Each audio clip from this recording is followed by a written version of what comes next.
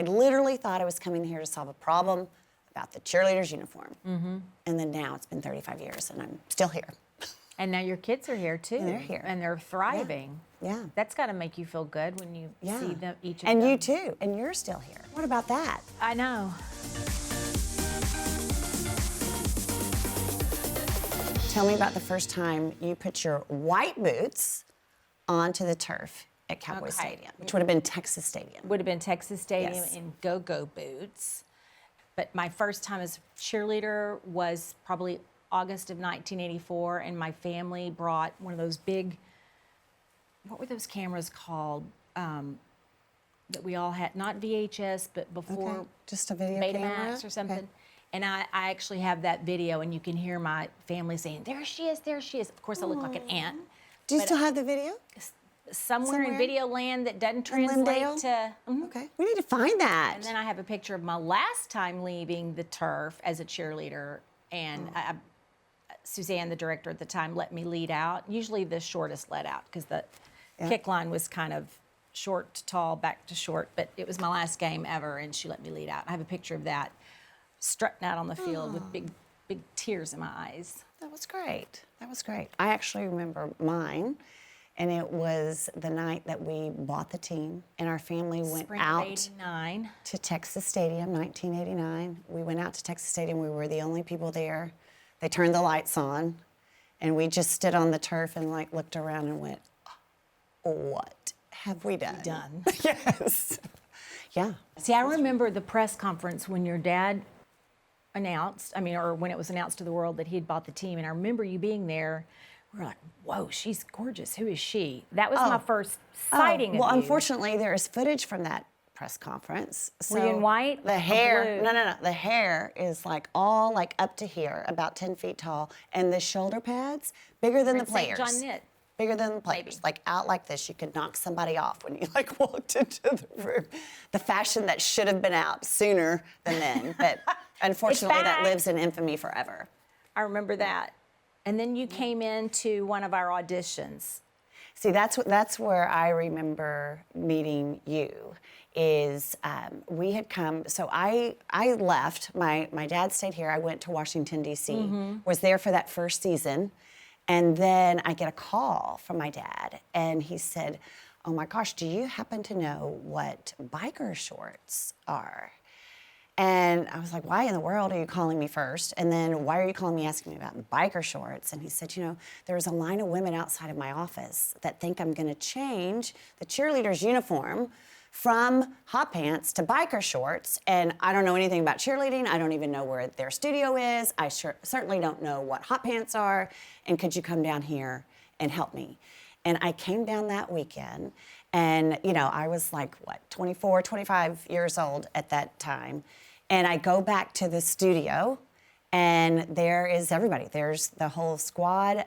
You were there, but you were not cheering, but you were there. It was an audition. And maybe it was audition. It was the audition, and that's when Suzanne said, Yeah. I don't have to audition. So I was getting to prance around and act like I was, a senior member of the team that was handing out paperwork and pinning on competition labels. Yeah, I certainly felt sized up. Oh, it was like, That's okay, probably true, this is but- this big rumor.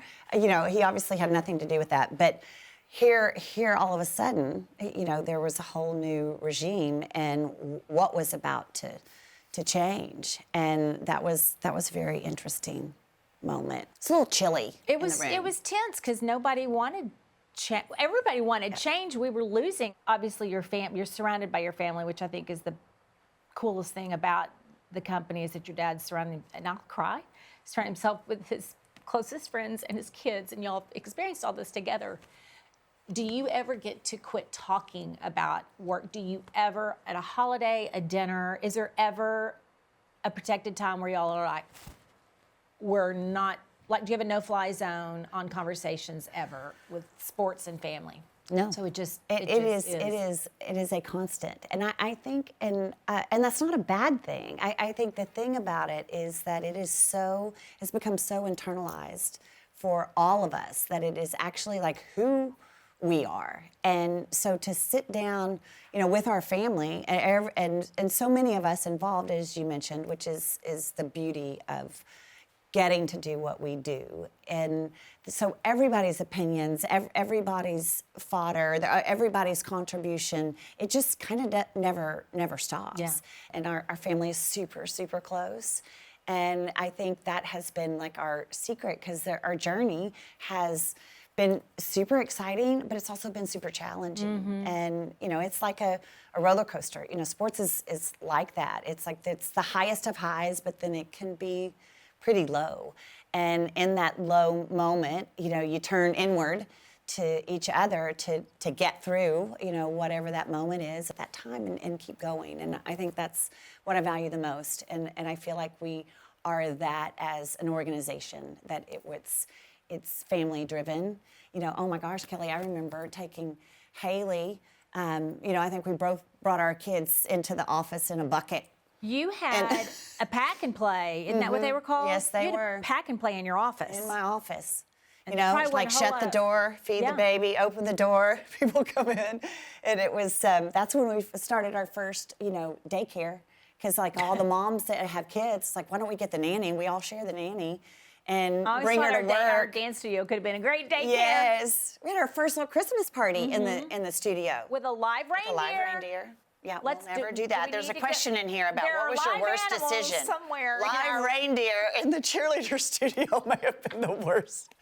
We've had a live reindeer in the decision. studio. We had That's a not live good. horse pre-kickoff who didn't know the gosh, rules and he of the made NFL. ESPN, unfortunately. Remember when here we are trying to add all this glamour to the game and excitement, and we think we need a horse out there to like bow down to the stars. Whose idea was that? And not to point fingers. But do we remember what? I don't know. I guess the buck stops here. Okay. And we've just gotten this kicker, who, by the way, we got from like a grocery store. He was like, just literally came off his couch to like be the kicker for the Cowboys, and he's out warming up pre-game, and that horse is doing its thing, and the horse is backwards prancing. I feel like he reared and back. The kicker's backwards walking to like step up, and we're on the sideline going, no, this cannot happen. And they collided. The horse and the kicker collided, and that was our ESPN highlight. I want to go back and watch that. I think this is a good one. Every team has cheerleaders, but the Dallas Cowboys Cheerleaders are literally a household name. What's the secret sauce? What's the secret sauce? Yeah. First of all, it was in the 70s. It was this very innovative idea to have glamorous jazz-style dancers on the sideline of an NFL game. Additionally, Dallas, Texas was larger than life because the TV show Dallas, and we were winning the Super Bowls in the 70s, so it was a great idea. We have people that still really care, so we honor the tradition, but yet I think we always try to be progressive with music and choreography.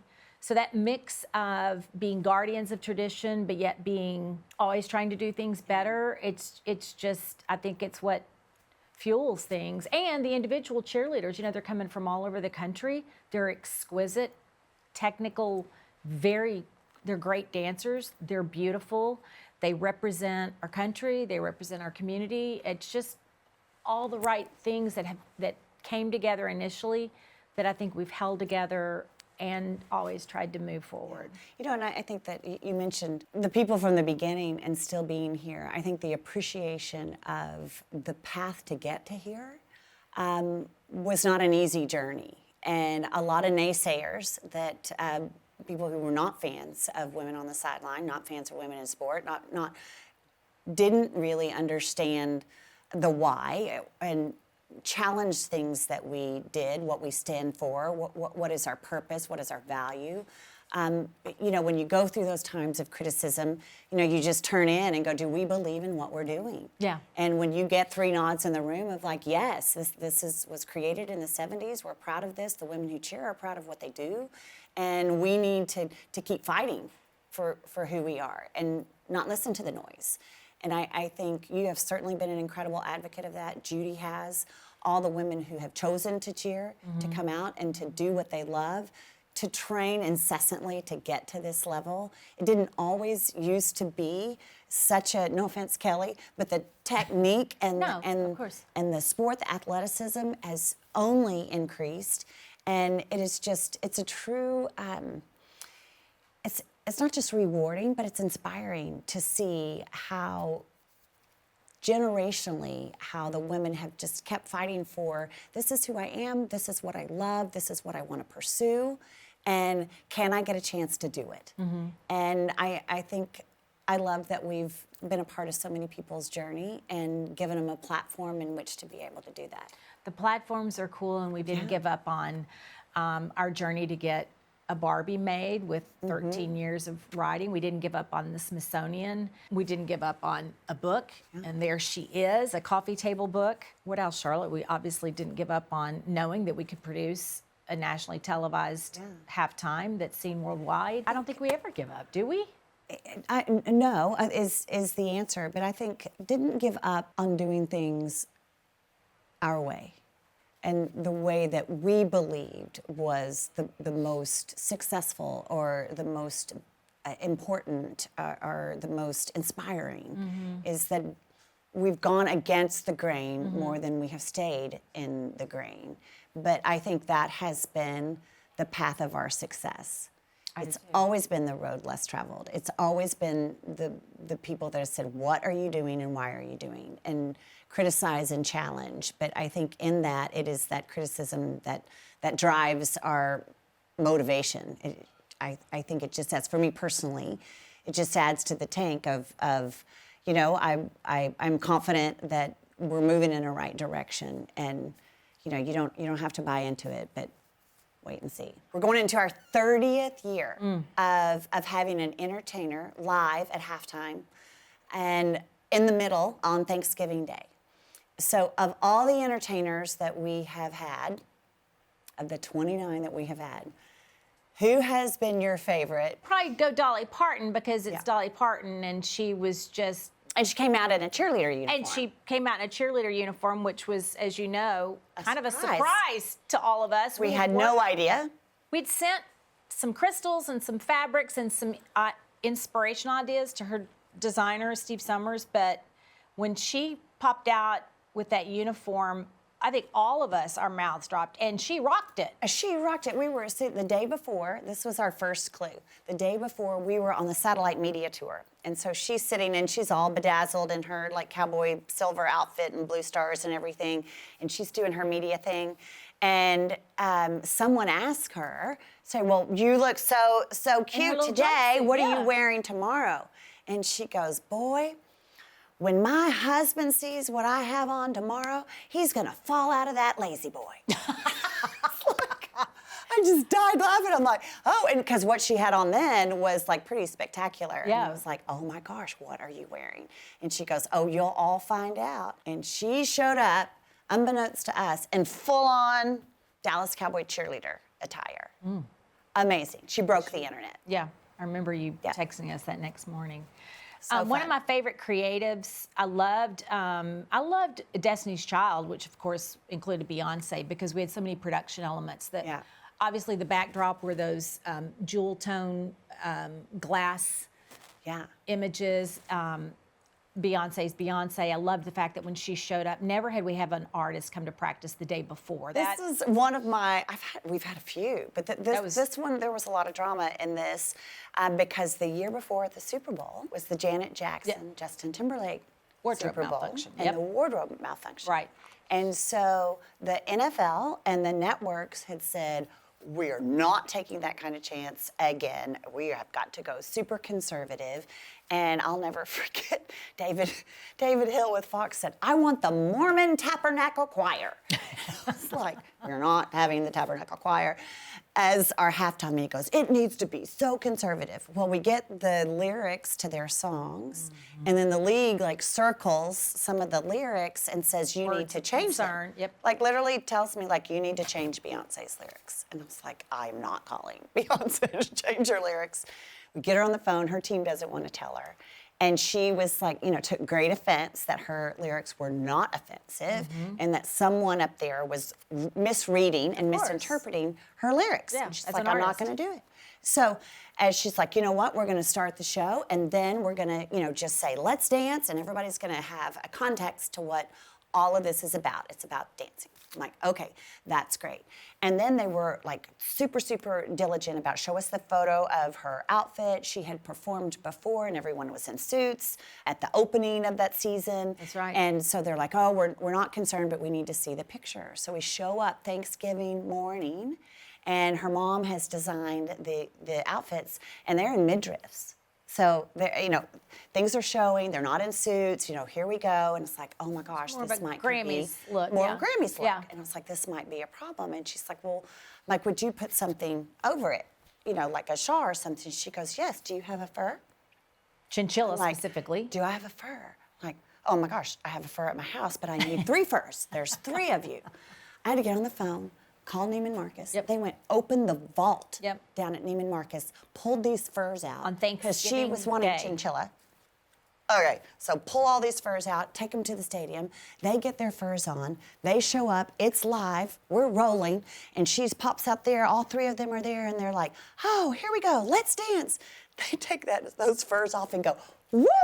And they go flying across the field. And all I can think of is not are they going to cut, because she's got on a midriff, is, oh my gosh, that was a chinchilla fur from Neiman Marcus. No, There goes nobody that. steps on it, and we better go get it before the players hit the field and get it back to the vault. Oh my gosh, that was crazy. That was chaos. What's your most memorable moment with a player? Emmitt Smith breaking the rushing record. Yeah. I remember that. I mean, we kind of had to, we were planning a celebration for after the game if he was going to break the record, but it was all contingent. But knowing that was coming up and then him breaking that world rushing record, which he still holds today. Well, first of all, I love Emmitt anyway, but it was so exciting to see history literally right there. And if I remember correctly, the play it wasn't simple. It was a lot of running and cutting and turning and tumbling, and then Brad Shem's famous move over sweetness. Make a place for Emmitt. So, yes, watching Emmitt break the record. Okay, if Emmitt was a mutual highlight, what was a low light for you? Something where you just... Oh, I'll never forget Michael Irvin getting hurt. And he had a neck injury on the field. That was out of town, wasn't it? We were out of Philly, town. We were maybe? in Philly. Yes. And everybody went silent. Their fans are a little ruckus up Yeah. there. So that was super emotional that there was not the same, like, gut-wrenching feeling that we had. But I remember my dad getting in the ambulance with him. They called his wife on the way to the hospital. They, just were not sure of, what was actually happening, what was going on. And I'll just never forget that, of seeing him going down and not getting up. And Michael has such a huge personality, and he has there's so much about him that just like exudes like passion and determination. And he's, had been hurt in his career, and he was always the one that like worked the hardest, got up, shook it off. He was always that guy. He was. And to see him motionless was super, super unnerving and traumatic. And then, thank goodness everything turned out to be okay, but it was like the last time we saw him. It was really sad. That was a tough one. Let's jump to something fun. What do you think is do you have a favorite, like the biggest, or what do you feel like? At a Super Bowl? Pick a Super Bowl, and then biggest moment. Probably, I guess the first one in Pasadena, Michael Jackson's the halftime, flawless, bright, sunny sky, and winning it. But honestly, I remember as equally exciting of being at the Super Bowl was winning that game to get us to the Super Bowl. Oh my gosh, Wasn't that yes. the muddy game out in San Francisco? I felt like it happened on the road, and we were back home watching it on TV, and it was just like, we're going to the Super Bowl. Well, there a little bit of separation there, but I remember too, because our journey to get there had been so fought with controversy, from the purchase of the team to the losing season, winning one game, and then slowly building, like deconstructing the team, and then building the team, and then all of a sudden we were there, and we're in San Francisco, and Alvin Harper. So it was not the Met game, but Alvin Harper became, you know, this huge, like, oh my gosh, he is on the map with this pass that I think was meant to go to Michael Irvin, ends up going to him. And, you know, we're off, you know, we're with a bunch of our friends and partners together. And, you know, it was kind of beyond your wildest imagination. You just couldn't believe that you actually were there. And then all of a sudden we were going, and then they're like, and you got a week and you're going. It was chaos, and the greatest chaos of all time.